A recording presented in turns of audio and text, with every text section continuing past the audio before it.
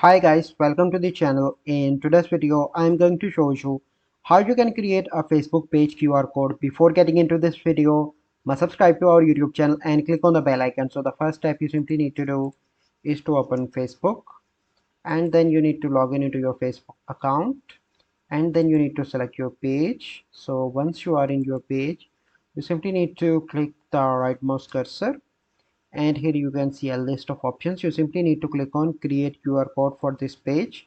So here you can see that Chrome will automatically create a QR code.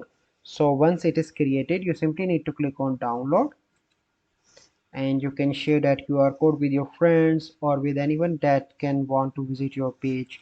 So this is the process by which you can create a Facebook page QR code. So I hope you find this video helpful. If you find this video helpful, must like this video, subscribe to our YouTube channel for future videos. We'll see you in the next video. Thank you. Have a good day.